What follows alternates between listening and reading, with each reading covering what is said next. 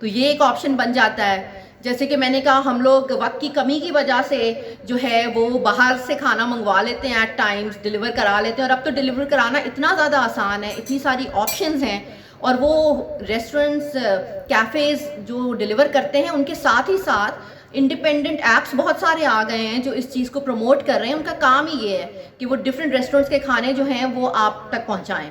ان کے پینل پہ جتنے ریسٹورنٹس ہیں وہ سب جو ہیں وہ ان کے لیے کام کر رہے ہیں, اور یہ جا کے آپ کو اپنا جو فوڈ ہے آپ کے ڈور اسٹیپ پہ پہنچائیں. تو اتنی ساری آپشنز آ گئی ہیں لوگوں کے پاس, اور یہ ٹرینڈ بڑھتا چلا گیا وقت کے ساتھ ساتھ, کہ جہاں میں نے کہا ایک وقت تھا کہ لوگ اس کو برا سمجھتے تھے, آج کل تو یہ اسٹیٹس سمبل بھی ہے اور آج کل کے وقت کی ضرورت بھی ہے, اور ایک بہت ہی کامن فینومینا ہے.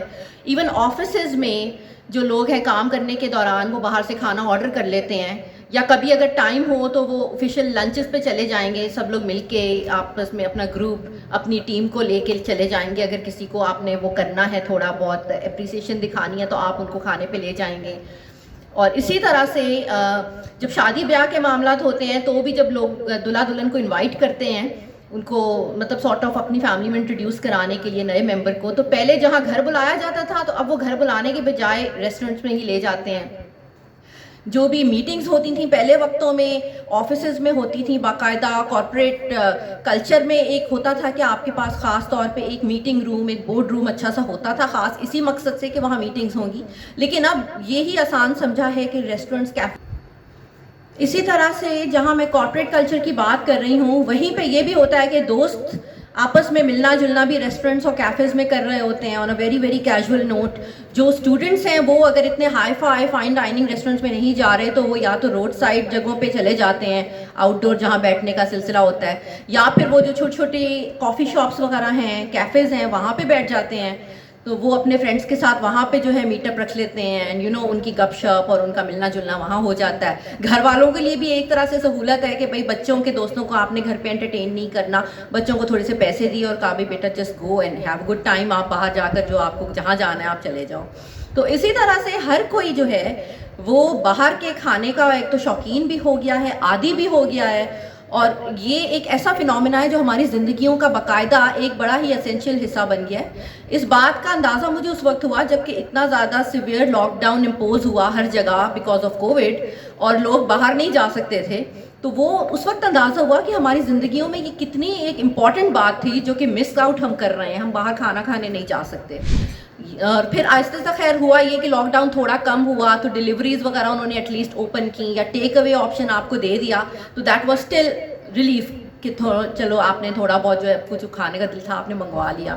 پھر اس کے بعد اب تو یہ ہے کہ آج کل جیسے کہ اکثر جگہوں پہ چل رہا ہے کہ باہر آپ کی آؤٹ ڈور ڈائننگ الاؤڈ ہے, کہ آپ اگر اوپن ایئر میں بیٹھ رہے ہیں وہاں آپ کے ریسٹورینٹ میں ایسی سہولت ہے کہ آپ اپنے لوگوں کو کسٹمرز کو اوپن ایئر میں بٹھا کے انہیں انٹرٹین کر سکتے ہیں, تو ٹھیک ہے وہاں پہ آپ جا کے ڈائن آؤٹ کر سکتے ہیں. اور فائن ڈائننگ کی جہاں میں نے بات کی تو فائن ڈائننگ ایک تو بہت ہی ہائی پرائسڈ فینومینا ہے, اور وہاں ایسی ایسی کیوزنز ہوتی ہیں جو کہ عام طور پہ ہمارے آس پاس ہم نہیں دیکھتے سنتے, کہ جیسے کہ چائنیز کی تو میں نے بات شروع میں کی کہ چائنیز تو ایک کامن چیز ہے, اس کے بعد جاپنیز کھانا, میکسیکن, پھر یہ ٹپیکل چائنیز سے ہٹ کے تھوڑا فیوژن فوڈ جس کے اندر چائنیز, جاپنیز, تھائی, یہ ساری جو اورینٹل ریسیپیز ہیں, اورینٹل ڈشز ہیں, ان کو مرج کر کے کچھ نیا بنایا اور بہت زیادہ کریٹیوٹی دکھائی. اور یہ بہت ہی ریوارڈنگ قسم کا بزنس ہے. ایک تو کمپٹیشن بہت ہے اس کے اندر ڈیفینیٹلی, لیکن جن کا یہ کام چل رہا ہے they are doing quite well because اس میں پروفٹ مارجنز بہت زیادہ ہیں, اور ہر ریسٹورینٹ کی اپنی اپنی اسپیشلٹی ہے. تو فائن ڈائننگ مہنگا بہت ہوگا, جیسے کہ اگر اکیلا شخص کھانا کھانے جا رہا ہے تو وہ کم سے کم جو ہے 3000 تک کا مائنڈ میں رکھ کے جائے کہ مجھے اپنا سٹارٹر, اپنا مین کورس, اپنا ڈیزرٹ, اپنا ڈرنک وغیرہ 3,500, پھر اس کے بعد ٹپ, ٹیکس, یہ سب ملا کے اتنا تو لگے گا ہی. بٹ اسٹل اگر شوقین لوگ ہیں تو it is definitely worth it, because ہمارے ملک میں انفارچونیٹلی انٹرٹینمنٹ کے مواقع بہت کم ہیں. ہم لوگ یا ٹی وی دیکھ لیتے ہیں, موویز دیکھ لیتے ہیں, یا اپنے فرینڈز اور فیملیز سے ملنا جلنا کر لیتے ہیں. ادروائز ہم لوگ اور کیا کرتے ہیں, ہم کھانا کھانے چلے جاتے ہیں. تو یہ ایک انٹرٹینمنٹ بھی ہے, ایک ضرورت بھی ہے, ایک ٹرینڈ بھی ہے. So friends, for now this is all I have to talk about regarding fine dining, restaurants and cafes, باہر کھانا and all that. اینڈ اس کا کیا امپیکٹ ہے ہماری زندگیوں پہ, اور یہ کتنا امپورٹنٹ ہے آج کل کے دور میں.